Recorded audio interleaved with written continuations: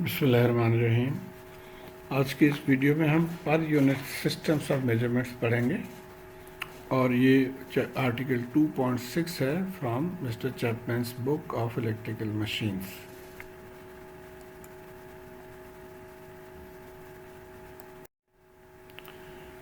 तो हमने इससे पहले वीडियो में देखा कि इम्पीडेंस ट्रांसफॉर्म करना पड़ता है। सेकेंडरी इम्पीडेंस को प्राइमरी साइड पे लेकर आते हैं या प्राइमरी को सेकेंडरी साइड पे ले जाते हैं सर्किट सॉल्व करने के लिए, ट्रांसफार्मर सर्किट्स को।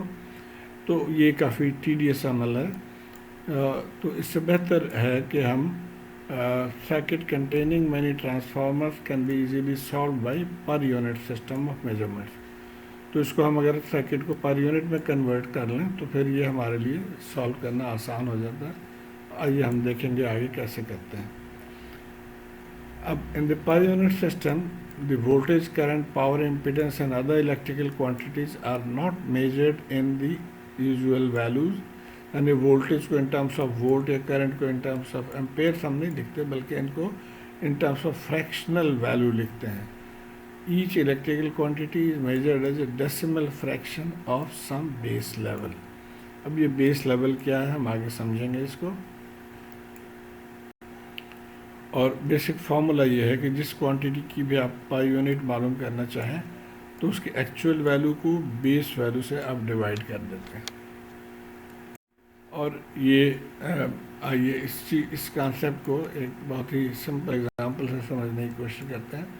फ़र्ज़ करेंगे दो फैमिलीज़ हैं। एक फैमिली इसको मैं कहूँगा स्लिम फैमिली और ये मोटी फैमिली है। तो अब इसमें आप देखें कि अगर हम ये बच्चियों को कंपेयर करें तो ज़ाहरी तौर पे लगता है कि ये बच्ची जो है ये बहुत मोटी है एज़ कम्पेयर टू ये बच्ची जो है ये स्लिम है इसके मुकाबले। लेकिन जब हम पर यूनिट में जाएंगे तो वहाँ हमारा कॉन्सेप्ट थोड़ा सा चेंज हो जाएगा। वो कैसे कि आप देखिए, हम पहली बच्ची को अगर हम पर यूनिट में कैलकुलेट करें तो फ़र्ज़ करें इसके वज़न 2 है और इसके मामा जो है इसकी वज़न है 60 kg, ये 12 kg सॉरी, और मामा 60 kg। मामा को हम बेस मान रहे हैं, तो इस फैमिली की बेस जो है वो मामा है।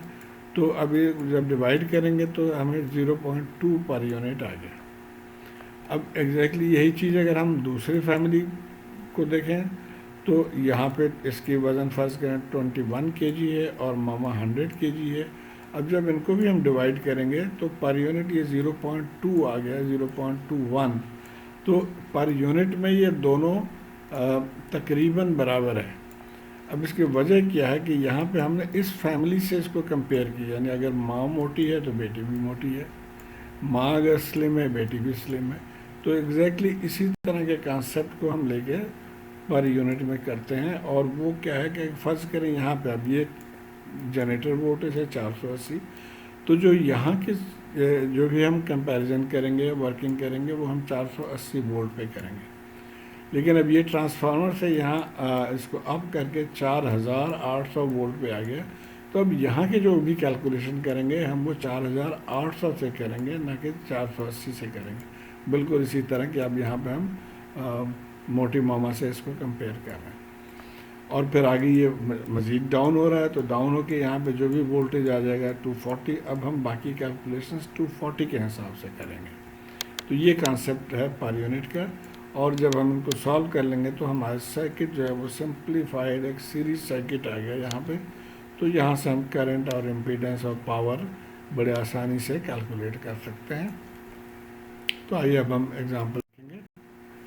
अच्छा हाँ, एक चीज़ और भी है कि आमतौर पर कस्टमरी ये है कि कम से कम 2 बेस क्वांटिटीज़ आपको सेलेक्ट करने होते हैं हर रीजन के लिए। और आमतौर पर वोल्टेज और पावर को बेस माना जाता है और उसके बाद बाकी क्वांटिटीज़ आप यहाँ से कैलकुलेट कर सकते हैं। मतलब आप हमें ये पता है बेस जो है अपरेंट पावर, जो इसको हम एस बेस लिख रहे हैं, जो बराबर होगा V base multiply by I base. तो अब यहाँ से हमें ये पता है और ये भी पता है, तो हम यहाँ से आई बेस निकाल सकते हैं, S base over V base. और आई बेस अगर हमने निकाल लिया तो जेड बेस निकाल सकते हैं कि वी ओवर आई। तो इस तरह से बाकी जो है ना बेस क्वांटिटीज़ मालूम करते हैं। तो हर रीजन में आपने उसकी पहले बेस क्वांटिटीज़ पता करनी है, फिर आप उसको सर्किट को सॉल्व करेंगे। हम एग्जाम्पल आगे देखते हैं, ये ज़्यादा क्लियर हो जाएगा यहाँ से। A simple power system is shown in figure, यही जो हमने पहले डिस्कस किया था, ये हमारा पावर सिस्टम है। The system contains 10 kVA 480 volt generator. तो ये जनरेटर जो है इसका पावर है 10 kVA और वोल्टेज आउटपुट है 480 volt. Connected to an ideal 1 to 10 step up transformer. ये स्टेप अप ट्रांसफार्मर के साथ ये कनेक्ट हो रहा है, किसके साथ? लाइन के साथ, to a transmission line, and an ideal 20 to 1 step down transformer connecting the load. So अब यहाँ से अब 20 to 1 step down transformer से ये load connect हो रहा है। Impedance of the transmission line ये given है, impedance of the load given है। The base value of this system is chosen as 480 and 10 kV। तो जो generators के ratings थे दोनों, उन्हीं को हम base voltage मान ले रहे हैं।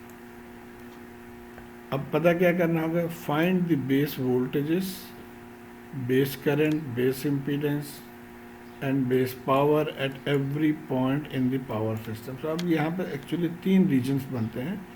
ये जनरेटर रीजन हो गया, ये ट्रांसमिशन लाइन रीजन है और ये लोड रीजन है। तो इन तीनों के लिए हमने ये 4 आइटम्स पता करने हैं। इनके बेस वैल्यूज क्या है? Base value of voltage, base value of current, base impedance and base power. उसके बाद अगले स्टेप में हमने सर्किट को convert this circuit to its per unit equivalent, per unit में कन्वर्ट करना है। Find the power supplied to the load and find the power lost in the transmission line. तो ये 4 चीज़ें हमने मालूम करनी है। सबसे पहले आइए बेस वैल्यूज हम मालूम कर लें। तो इस रीजन से हम स्टार्ट करते हैं। जनरेटर रीजन में ये दोनों चीज़ें हमने फर्स्ट कर लिया था। जो जनरेटर की रेटिंग है वही हमारे बेस वैल्यूज़ हैं। तो 2 वैल्यूज़ तो हमें मिल गए, यानी यहाँ से वोल्टेज हमें पता चल गया और हमें अपरेंट पावर हमें पता चल गया। अब हमने करंट और इम्पीडेंस इन्हीं से मालूम करना है। तो आई बेस क्या होगा? Power over voltage. तो ये दोनों वैल्यूज़ आप लिख के डिवाइड कर देंगे तो ये हमारा I base current in this region आ गया। उसी तरह Z बेस, इस रीजन का वोल्टेज डिवाइडेड बाय करंट हमने कर दिया तो ये हमारा Z बेस आ गया। तो ये चारों पैरामीटर्स हमने पता कर लिए फॉर जनरेटर रीजन। अब हमने दूसरे रीजन पे जाना है और यहाँ से हमने ए पहले कैलकुलेट करना है। ट्रांसफार्मर की जो ट्रांसफॉर्मेशन रेशियो है या transformer ratio 1:10 is equal to 0.1। यहाँ से 1 डिवाइडेड बाई 10 0.1। तो अब ट्रांसमिशन रीजन में या ट्रांसमिशन लाइन रीजन में बेस वोल्टेज पहले हमें पता करना होगा कि यहाँ पे अब एक्चुअल बेस वोल्टेज क्या है। ये अब चेंज होकर इधर आ गया। सो बेस 1 को हम ट्रांसफार्मर रेशियो से डिवाइड कर देंगे तो ये अब इस रीजन का बेस वोल्टेज आ गया 4800। लेकिन पावर्स बराबर है, तो पावर जो पावर यहाँ पे है वही पावर यहाँ पे है, वही पावर यहाँ पे, तो इसलिए पावर 10 kVA ही होगा। So base power 10 kVA, this remains constant through out. और फिर आई बेस और वी बेस एग्जैक्ट इसी फार्मूले को हम यूज़ करके इस रीजन के लिए अब हम कैलकुलेट कर लेंगे। तो 10 kVA डिवाइडेड बाय अब यहाँ के वोल्टेज जो है वो 4800 है, तो ये आ गया। और फिर इसी तरह Z बेस हम निकाल लेंगे, वोल्टेज डिवाइडेड बाय ये करंट, तो ये Z बेस आ गया। तो ये 4 पैरामीटर्स हमें अब आगे ट्रांसमिशन लाइन के। अब हम लोड की तरफ, लोड में भी हमने यहाँ पे पहले ए कैलकुलेट करना होगा ताकि हमें पता चल जाए कि अब यहाँ पे क्या वोल्टेज है। सो ए इज़ 20/1, दैट इज़ 20। और बेस वोल्टेज इस रीजन के क्या हो जाएगा कि जो वोल्टेज यहाँ था उससे हम अब इस रेशियो से डिवाइड कर देंगे। तो ये रेशियो से डिवाइड करने के बाद अब बेस वोल्टेज इस रीजन में आ गया 240 volt. Power again remains same, तो पावर सेम है। और आई बेस और वी बेस आपने वही फार्मूला जो हमने पहले यूज़ किया था उसी को यूज़ करके ये दोनों चीज़ें आप निकाल सकते हैं। यानी पावर डिवाइडेड बाय वोल्टेज आ गया ये करंट, और वोल्टेज डिवाइडेड बाय करंट आ गया इम्पीडेंस। तो ये अब हमने तमाम पैरामीटर्स मालूम कर लिए base voltage of all the 3 regions. अब हम आ जाते हैं सेकंड पार्ट पे। हमने इस पूरे सर्किट को पर यूनिट इक्विवेलेंट में कन्वर्ट करना है, तो हमें बेस वैल्यूज़ यूज़ करने हैं। तो हमने चार चार हर रीजन से कैलकुलेट किए थे, लेकिन इस मकसद के लिए हम जो ज़रूरी है सिर्फ उसी को नोट कर लेंगे। तो जनरेटर रीजन में हमने बेस वोल्टेज ये था, ट्रांसमिशन रीजन में हमारा बेस इम्पीडेंस ये था, और लोड रीजन में बेस इम्पीडेंस ये था। तो इनको हम यूज़ करेंगे। सबसे पहले, to convert the power system per unit, each component must be divided by its base value। ये हमने देखा था एग्जाम्पल में कि बेस वैल्यू से डिवाइड करना है। तो अब आ जाता है ये 480 वोल्ट, इससे एक्चुअल वो है वैल्यू। अब इसको अगर हम बेस वैल्यू में कन्वर्ट करना होगा तो हम यहाँ के बेस से डिवाइड करेंगे। तो एक्चुअल वैल्यू क्या है 48 एंगल 0, और बेस वैल्यू क्या है 480। तो 480 से डिवाइड करेंगे, 480 डिवाइडेड बाई 480, तो ये हो गया 1.0 एंगल 0। अब इसको हम कैसे लिखेंगे हमारे सर्किट में? हम इसको इस तरह से, यही सर्किट है, सिर्फ वैल्यू अब हमने इसको पर यूनिट में लिख लिया, 1 एंगल 0 पर यूनिट। अब आ जाते हैं हम सेकेंड रीजन पे। यहाँ पे क्या है, यहाँ पे इम्पिडेंसेस है, इनको कन्वर्ट करना है। तो impedance divided by base value, अब यहाँ पे बेस वैल्यू हमारा था सेकेंड रीजन में, इससे हम डिवाइड कर देंगे तो ये हमारे न्यू इम्पिडेंसेस आ गए इन पर यूनिट। तो इसको हम इस तरह से अब लिख लेंगे, ये पर यूनिट में आ गया। और इसी तरह अब लोड साइड पे हम आ जाते हैं। एक्चुअल वैल्यू ये था लोड का, और बेस वैल्यू यहाँ से हमने कैलकुलेट किया था 5.76, उससे डिवाइड कर देंगे तो ये हमारा पर यूनिट जेड लोड हो गया। तो अब जेड लोड को हम इस तरह से लिख लेंगे। तो अब ये हमारे जो है ना ये कंप्लीट सर्किट आ गया, एवरीथिंग इन पर यूनिट। अब इस सर्किट से हम आगे अब आ जाते हैं हम थर्ड पार्ट पे, to find the power supplied to the load in this system. और पावर फार्मूला आपको पता है I²R होता है। तो हमने ये करंट मालूम करना है और R से मल्टीप्लाई कर देना है इसको। अब ये हमारा सिस्टम है, यहाँ से हमें बड़ी आसानी से हम करंट मालूम कर सकते हैं, voltage divided by the total impedance. तो आइए पहले इसको कर लेते हैं। So I P U is V P U over Z total. V P U जो है ये 1.0 है, और डिवाइडेड बाय ये टोटल इम्पीडेंसेस जो है इससे आप डिवाइड कर देंगे, तो ये आंसर आपके पास आ जाएगा। और इसका एक बहुत आसान तरीका है, अगर आप कॉम्प्लेक्स मोड में अपने कैलकुलेटर को यूज़ कर रहे हैं तो डायरेक्टली आप ये आंसर कैलकुलेट कर सकते हैं। अगर आपको ये नहीं पता तो मेरी एक वीडियो है इसके ऊपर, आप उस वीडियो को ज़रूर देखें ताकि आसानी से आप इसको सॉल्व कर सकते हैं। ENA के वीडियो में ये टेक्निक समझाया गया है। तो बहरहाल ये आ गया हमारे पास अब करंट, और हमें चाहिए रेजिस्टेंस। ये एक्चुअली इम्पीडेंस के फॉर्म में है, तो इससे हमने रेजिस्टेंस निकालना है। और वो आपको पता है कि अगर ये इसको अगर हम रेक्टेंगुलर फॉर्म में कन्वर्ट कर लें तो एक रियल और इमेजिनरी पार्ट आ जाता है। रियल पार्ट जो है वो रेजिस्टेंस है, यानी 1.5 या 1.503 है, उसको हम यहाँ पे यूज़ कर रहे हैं। मैग्नीट्यूड ऑफ द पावर यहाँ से हम ले लिया, उसको स्क्वायर कर दिया, तो ये हमारा लोड पावर इन PU आ गया। लेकिन अब PU पावर अगर कोई कहता है जी 4.87 PU, तो आपको क्या समझ में आ रहा है कि कितना वॉट है? वो उसको समझने के लिए हमें इसको बेस से मल्टीप्लाई करना होता है। जैसे यहाँ मैंने एग्जांपल दिया, फर्स्ट करें इस बच्ची का वज़न हम भूल गए कितना था, लेकिन हमें ये पता है कि 0.21 PU। तो इसको अगर हम बेस से मल्टीप्लाई कर दें तो ये वज़न आ जाएगा 21 kg, जो इसका वज़न था। एग्जैक्टली वही हम करेंगे कि इसको अब हम बेस से मल्टीप्लाई कर देंगे। सो P load is P load in PU multiply by base. इसको हमने बेस 10 kVA था, इससे मल्टीप्लाई कर दिया, तो ये हमारा पावर इन वॉट्स आ गया फॉर द लोड। फाइनली ये कह रहा है find the power lost in the transmission line.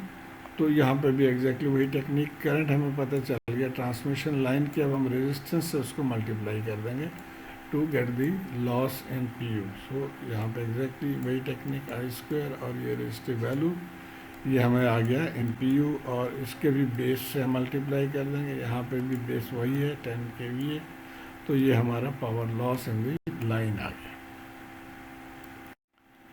Finally, when only one device is being analyzed, its own ratings are used at the base. तो जैसे अभी हमने देखा कि जनरेटर की ही आप पावर और जनरेटर वोल्टेज को ही बेस के तौर पे यूज़ करते हैं.